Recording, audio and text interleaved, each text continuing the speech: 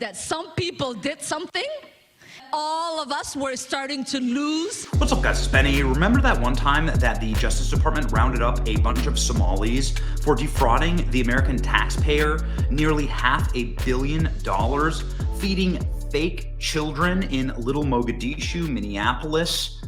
They were able to find a loophole where the American taxpayer would pay them during COVID in order to feed hungry, disadvantaged children. And of course, 90 different Somalis were a part of this fraud, and they've all been charged.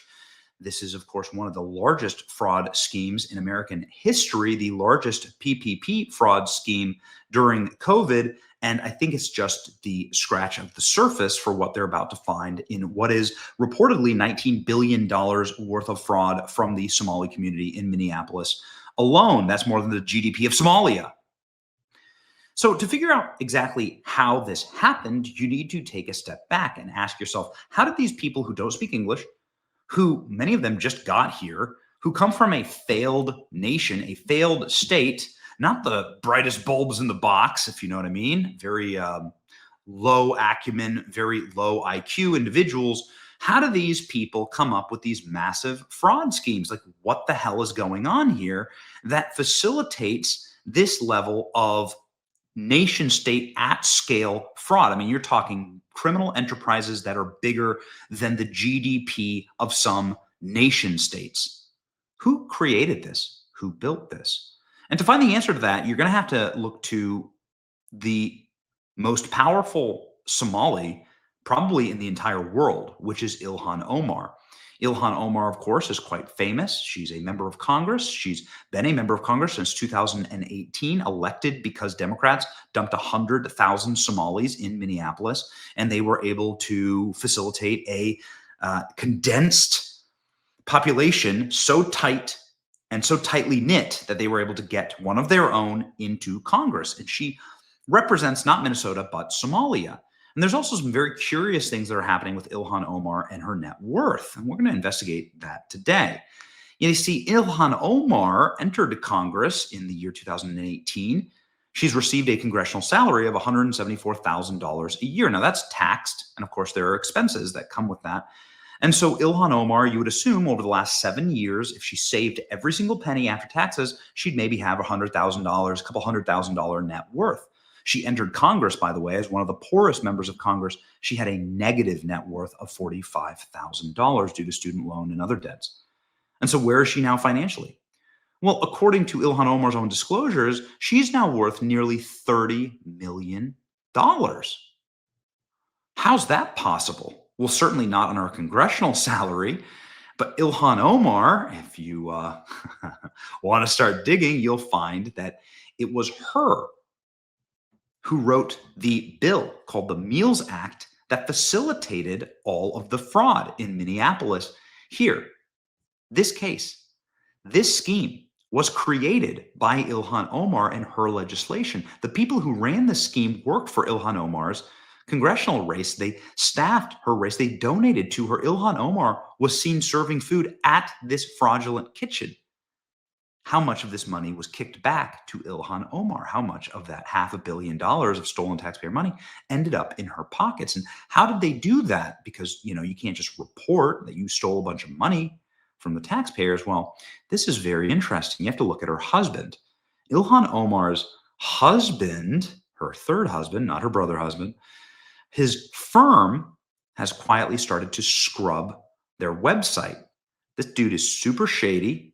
And he's the reason why Ilhan Omar seemingly has so much wealth. His name's Tim Minette. Let's read. Ilhan Omar's husband's venture capital firm is quietly scrubbing key officer details, including former Obama officials, as scrutiny grows skyrocketing wealth, the Post has learned. Ilhan Omar went from being broke to $30 million in just a year. This makes her one of the poor from the poorest member of Congress to one of the richest members of Congress, and she wasn't even born in America. How the hell does that happen? This is potentially due to the massive up to $9 billion fraud scheme involving the Somali community in her district, of which legislation she wrote. Again, this is called the Meals Act. She introduced the Meals Act in 2020, relaxing oversight of congressional sponsored children's meals programs during the pandemic, which critics say allowed the fraudsters to claim they served millions of meals without verification while pocketing the government subsidies. Shortly after the scheme played out, here's where it gets interesting.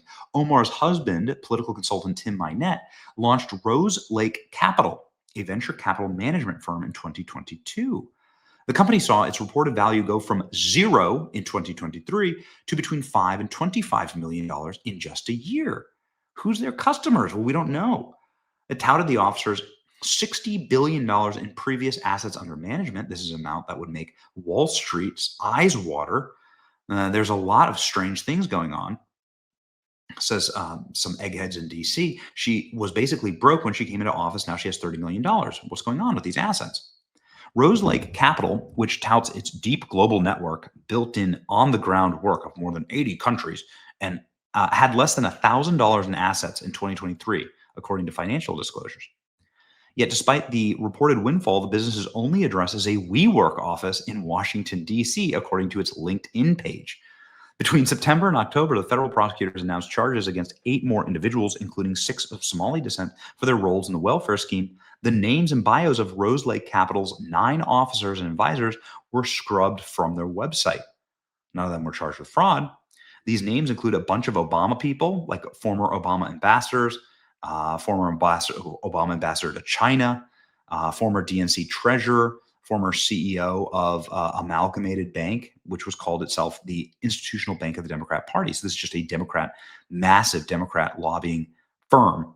Meanwhile, Minette's other businesses in California, a California winery, which previously faced fraud allegations, was declared a failed venture in 2023, suddenly worth between $1 million and $5 million in 2024, a windfall of 9,000%. The winery, a little on the nose here, the Devil's Lie, is the wine that they were making. Got it? The fraud case involved a wine investor suing Minette in October 2023, accusing him of swindling him out of $900,000, fraudulently misrepresented the wine company that was a legitimate company. It was not a legitimate company. The case was settled out of court. The winery, called E. Strew Crew, at some point around 2022, promoted a line of wine, the Devil's Lie, with a prestigious California winemaker, saying that she abruptly stopped getting paid in 2023. The business was only worth $15,000, but suddenly Ilhan Omar was claiming that it was worth $5 million. You can see Ilhan Omar's claims right here in her financial disclosures report. You can see she makes a salary here from the wine company. Here's the creepy wine company that's allegedly out of that's not even a real company, claiming that it's worth $5 million. And here's the Rose Lake Capital claiming $25 million. And then you can see she technically has no other money. So what's going on here exactly? Despite the high net worth place on the business, the website is a broken link, the phone numbers are disconnected, and the last social media post dates back to 2023. So while working families are being ripped off in a massive welfare fraud scam, Omar's campaign took money from convicted fraudsters. Her husband launched a firm that suddenly ballooned in value, and Tim Walz looked the other way. When she first took office, the left-wing squad member declared her net worth was a negative $25,000, negative $65,000, claimed no assets, and she was carrying student debt and car debt. Now Omar's assets have skyrocketed up to $30 million based on her last disclosure, just months after a congresswoman dismissed claims that she was a millionaire. Her links to the Minnesota fraud schemes have also started to shed light on where she may be getting her money. Oof. Her campaign received $7,000 in direct donation from at least 3 now convicted fraudsters.